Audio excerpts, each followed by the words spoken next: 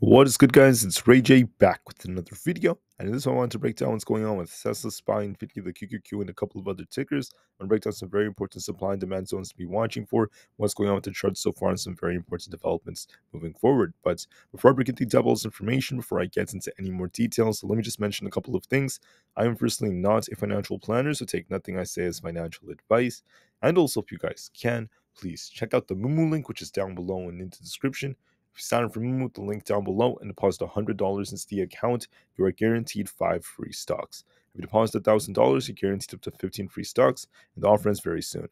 Anyways, for SPY, we are seeing this thing on a bit of a downtrend right here. So we had this high at about 522, came all the way down towards the support. It didn't really touch it, but it came very close to doing so in the 518 area. Then we ended up rebounding all the way up to about this 522 area, a little bit under that, and now we're coming back down again. So it's been back and forth price action. So right now, SPY is dipping a bit. It is looking kind of weak. We have this gap to fill as well, and now we're approaching this trend line right here, which is going to be our critical support.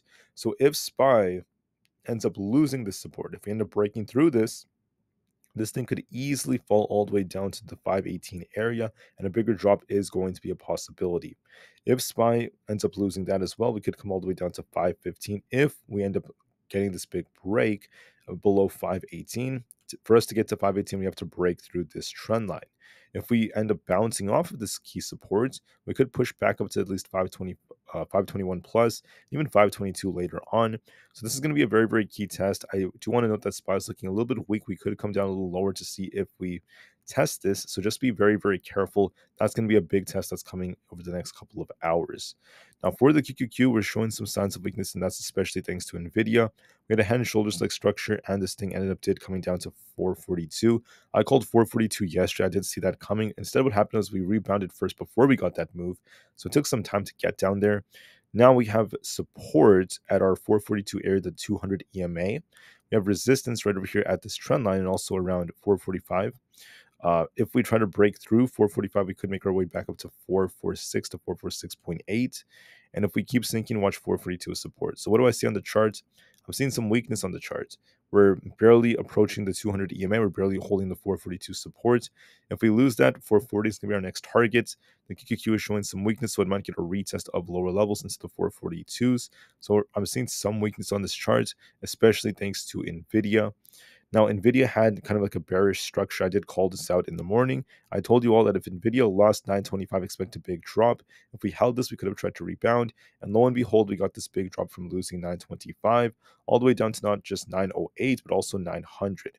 Now what happened is we dropped pretty hard. We're trying to make our way back up, and we're kind of stuck at the 900 area. 900 is going to be a very, very key support, so we'll have to see how this ends up holding up. I just want to say that right now, Nvda is kind of stuck, so it's kind of just shuffling in the 900 area. That's going to be our critical support. It is looking kind of weak after this big bar, so there's a risk of it dropping a bit lower. We have to see if we could try to close above 900 or not.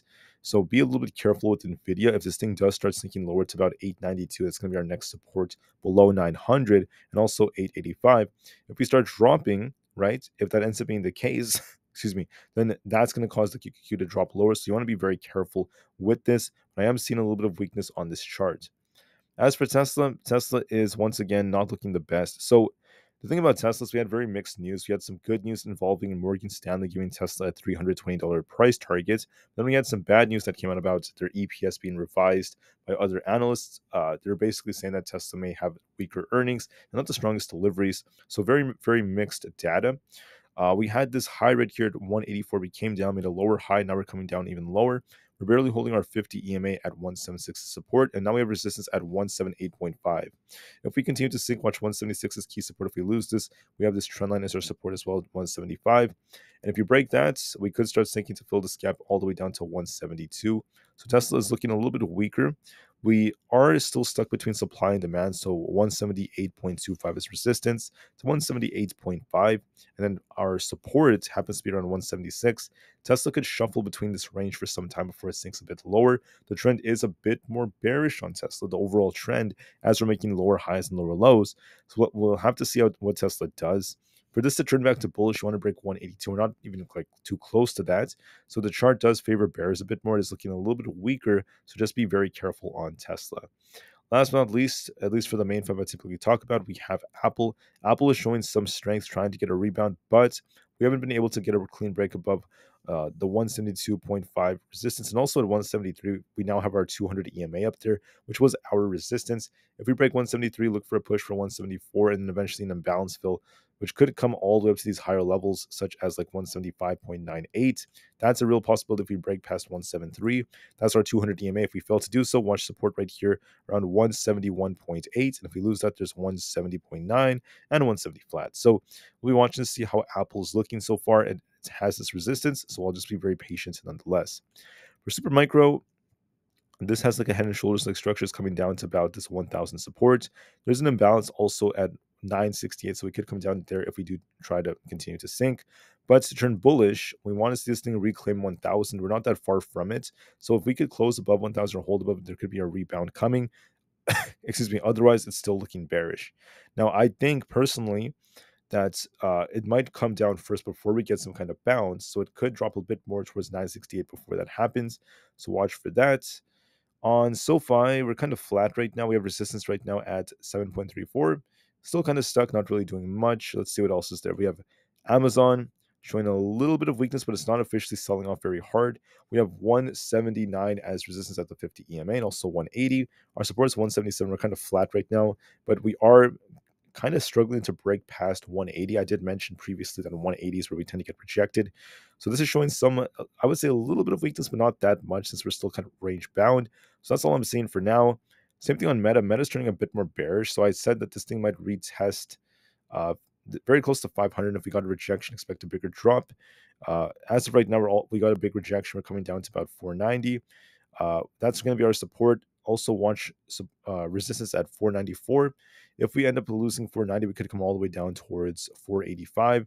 The chart does look a bit more bearish as we're on a bit of a downtrend, so just be very, very careful for now. Meta is showing some weakness. It's barely holding support for the time being. With that being said, I want to thank you all so much for listening. Please have an absolutely incredible day. Just know that SPY is showing some weakness alongside other stocks out there, but we'll see if this support holds. Do we hold this trend line of support, or do we end up breaking it? I'll come back in a couple of hours to give you guys an update. Have a great day, guys. Do what you have to do, and I'll see you guys very, very soon on the next video. Oh, and one more thing I just want to mention. I wanted to talk about this right here, the VIX. I forgot to mention one thing about that. So one last point. The VIX is still kind of flat. It's not really getting a clean breakout yet above our 200 EMA. So the VIX is still kind of indecisive. The market is dipping a bit. The VIX is gaining a little bit of strength, but it's not really that much. So we're not officially in a massive, massive downtrend or anything like that yet. We're not there yet. So we're still waiting for the VIX. So I'd rather just give it some time to see if we get that break above 14. So be patient, guys. Do what you have to do. And that's the last thing I'm going to talk about. So see you guys in a couple of hours. Take care and peace out.